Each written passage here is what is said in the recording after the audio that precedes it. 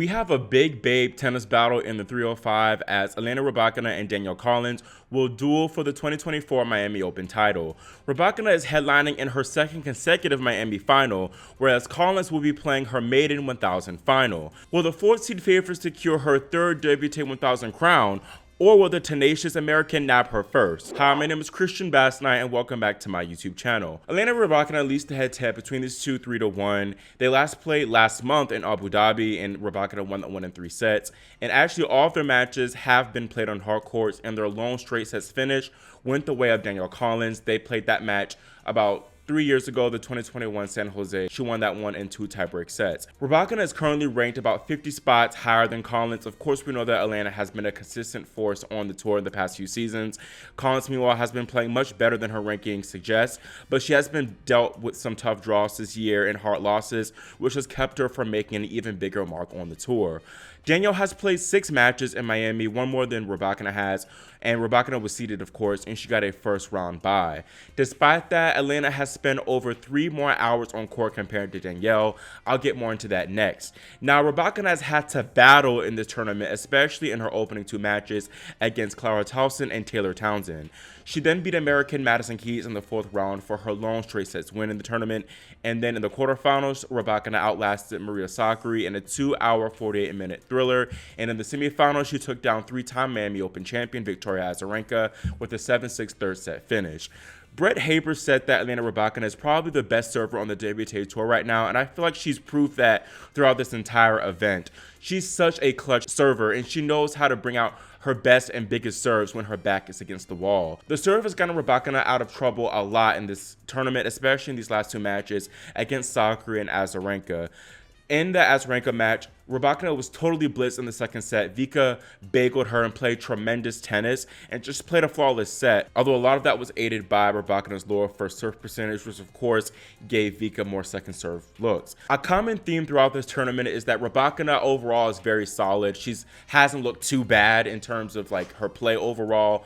However, she does have moments where she kind of falters a bit physically and sprays more airs than what we're accustomed to seeing from her, which allows her opponents back in the match and allows her opponents to really have opportunities to take the match, but ultimately she brings her best tennis when she needs to bring it, and that's what's got her out of a lot of pickles in this event. Talking specifically about the Azarenka match, it was a true battle from the baseline, and it really was up to whoever changed direction first. The forehand has kind of been a wing that's going to ride for Rybakina whenever she does falter a little bit physically and has mental lapses, and especially when she's pulled wide, she's a little bit more vulnerable on that side. But however, it is the shot that gets her more winners at the end of the day. Her backhand too, overall, is pretty solid, but I think that Rybakina actually hits her backhand a little bit better when she's moved a little bit. However, when the ball comes at her more towards the middle and she has the backhand, that's when she tends to offer bigger replies and more errors on that side. Simply, Rybakina has one of the highest base levels of play on tour right now, and that's what makes her so tough to beat. She's currently number 2 in the live race, and really there's been few players who have been able to even beat her this year. She's only suffered 3 losses, I believe, thus far. So there's just is a testament to how good of a player she is, and she has been playing this season. Now, transitioning over to Danielle Collins, Collins dropped the first set of the tournament, her first and only set of the tournament thus far in her opening round match against compatriot Bernarda Pera, and she's been on an absolute tear ever since. The American has hardly been dropping games since that point, and she's totally dismantled her remaining opponents, including 30th seed Anastasia Potapova, 19th seed Sorana Cristea, 23rd Caroline Garcia, and recently 14th seed Ekaterina Alexandrova. Collins has had a no-nonsense attitude about her. She just goes about her business and just gets on and off the court as quick as possible. No bad theatrics. She's been very positive with herself on court, and I think that's been a big difference maker for her out here. I think also a big change for Collins this tournament has been her improved serve and forehand. Both of those shots, the serve and forehand, have kind of been her weaknesses previously. We all know Collins' backhand is her bread and butter and is top tier, arguably one of the greatest backhands on tour. But I'd argue the forehand has been her biggest weapon throughout this event. She's really used that cross-court forehand shot specifically to open up the court nicely for herself, and it's been her bread and butter thus far. Concerning the serve, she's been hitting her spots very well in this tournament, and she's controlled the double faults nicely, as of course, sometimes whenever things get tight with her or whenever whenever things don't go her way, she tends to throw in a few more free points from that second serve, double faults.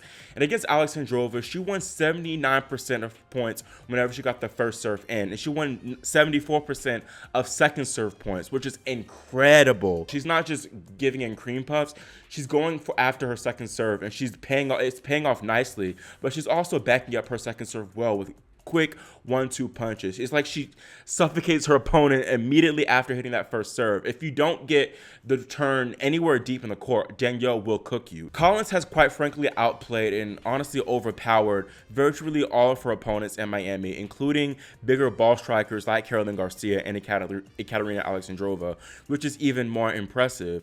Now, judging from Danielle and Elena's older matches, I feel like we're definitely in for a treat here. Focusing on that Abu Dhabi match from last month, there was very little between the two, and that match was extremely underrated, by the way, and it's honestly one of the best matches that we've witnessed thus far this year. It was quintessential first strike tennis, and Collins got first blood, and she got some reason to Rybakina serve and returned it with good interest. Danielle was the better player for the first half of this match, and she really could have won this one in straight sets. She went up a set and had break advantages multiple times in that second set, and a lot of that was her ability to get on top of the baseline and change directions faster and first to get the 6-foot Rybakina on the move. Elena, however, was able to hang in there, just weather the storm, and fought off so many break and game points that she faced, and ultimately she was the better player when it truly mattered. Rybakina had a lot of success too whenever she drew Collins forward, and a lot of times that was from, short returns on her part, but regardless, a lot of times she burned Danielle with passing shot winners. I think that's something that she should consider doing here in this final. Giving y'all my predictions, I do believe Danielle will pull off the upset and upset Rybakina in 3 sets to claim the biggest title of her career. My main argument and reasoning for this is the fact that Danielle will be in much better physical shape coming into this final. I was going to lean a little bit towards Elena initially and give her the edge in winning this match because she has a lot more experience in playing big finals of this magnitude. But what ultimately swayed me to pick Collins was Elena's comments after defeating Azarenka. Elena has been talking about her physical struggles quite a bit more often recently, even after beating Maria Sakkari in the quarterfinals. She said that despite the days off that she's had throughout this tournament, it's been rough for her. She also said her ankle is inflamed at the moment, and that could definitely impact her performance on Saturday. This sounds kind of bad too, but Rybakina kind of sounds like she has like a losing mentality. She said the following after her win over Azarenka. She said, "For sure I can take a lot from this tournament, a lot of positives. And also in the beginning, these long matches were helping me to get back in shape. Now I'm not in shape just because I'm tired of all these long matches, but overall, it was a very successful tournament no matter how I do in the final." So she's kind of basically has the mentality of, this is a win in itself, being able to hold up to the point where I am in the final. She definitely is not 100% heading into this match. Danielle, meanwhile, has played far less tennis this week and will be the fresher of the two for sure. However, if things get tight, I wonder if Danielle will kind of know how to grind and get herself out of trouble. Again, she has not faced a whole lot of adversity aside from her opening round match against Pera. I think it'll be important for Danielle to try to win this match in straight sets, or else Rybakina could have the edge. Again, all 3 of Rybakina's wins over Collins were 3-setters, and she just outlasted Collins in the end and played the big points better. Collins is playing unbelievable tennis right now. She's a woman on a mission, honestly, and she looks unstoppable. You also got to question, when things do get tight, in a third set. Rybakina is used to grinding it out and playing the big points better.